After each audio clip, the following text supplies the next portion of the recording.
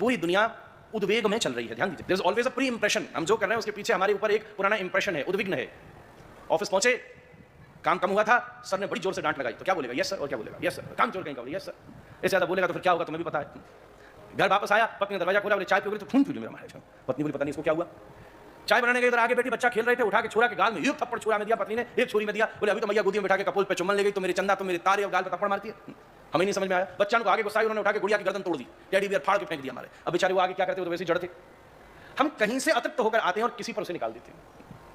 हम कहीं से प्रभावित हैं और कहीं से उसकी एक स्वतंत्र कर्म का विधान विवेक के द्वारा करना सबके लिए कठिन है। कोई किसी रूप में भी किसी लिए पहन रहा है क्योंकि उसने किसी को इस रूप में देखा है। When we look at our mirror, एक हमारी अपनी इमेजिनेशन है, उसके अनुसार हम अपने आप को तैयार करते हैं।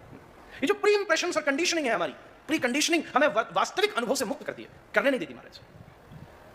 इसलिए जब तक जीव माया में आबद्ध होगा वो प्री कंडीशनड होगा ही। जैसे सोफे पर बैठो तो थोड़ी देर तक आपका इंप्रेशन बना रहता है। कभी आपने घर में ध्यान दिया, अगर आप घर में सोफे पर किसी पर्टिकुलर जगह बैठते हैं तो आज 20 साल से वहीं बैठ रहे होंगे, और थोड़ी देर आकर अगर कोई दूसरा वहां बैठ जाए तो मन ही नहीं लगता, माता करा मेरी सीट पर कैसे बैठ गया। कोई नीलज आदमी होगा, कभी उठना यहाँ बैठना वहां बैठते।